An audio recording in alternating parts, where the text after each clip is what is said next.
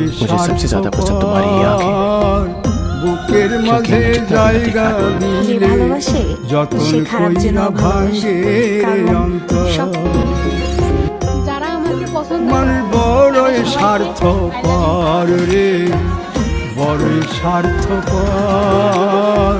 বুকের মাঝে জায়গা দিলে যতন কইরা ভাঙে ওই শোনো।